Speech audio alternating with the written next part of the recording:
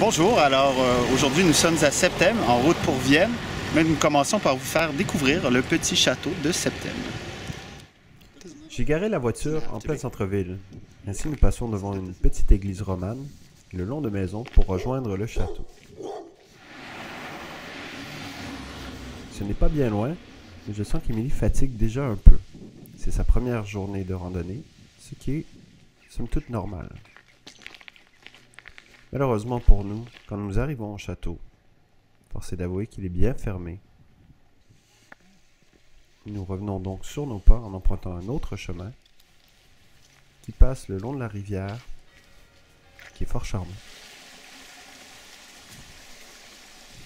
Bon, direction Vienne, où nous sommes arrivés. Je passe par l'office du tourisme, chercher un plan, afin de suivre le tracé historique et de voir ainsi les monuments gallo-romains qui s'y trouvent.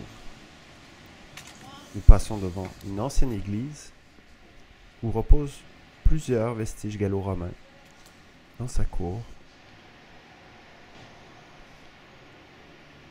Le bâtiment lui-même est assez intéressant. Un peu peur. Nous passons ensuite devant la cathédrale Saint-Maurice de Vienne, qui a été érigée en l'an 1000 sur le site de l'ancienne cathédrale qui datait du IIIe siècle. Cette cathédrale est quand même magnifique. Enfin, nous approchons du premier vrai vestige, le temple d'Auguste et de Livie, qui est malheureusement plus accessible et qui est assez impressionnant. Puis nous poursuivons notre chemin pour admirer une église du VIe siècle, Saint-André-le-Bas. Jusqu'ici, la balade avec Émilie se passe bien, mais je sais que nous allons devoir grimper dans les hauteurs bientôt.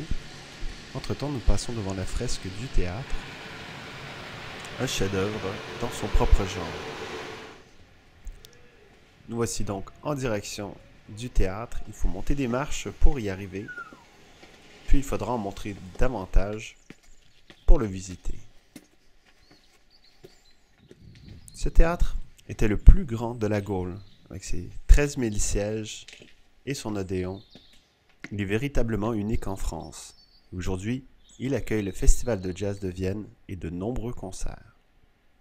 J'emprunte un tunnel en m'imaginant à être romain. Émilie m'a déserté malgré le petit beigne au chocolat que je lui ai acheté. Elle manque d'énergie, donc à moi de grimper les marches de l'amphithéâtre tout seul, comme un grand. Il semble que ce soit une vraie manie en France de construire les choses en hauteur.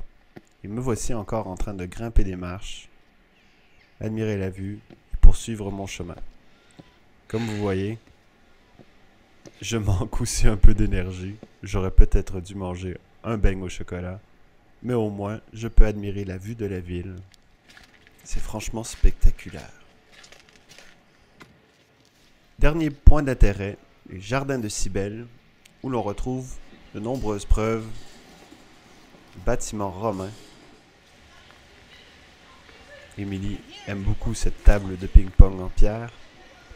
Et voici les vestiges d'anciennes maisons, divisions et une route. Alors avec cela, nous retournons à la voiture et nous vous souhaitons une très belle journée.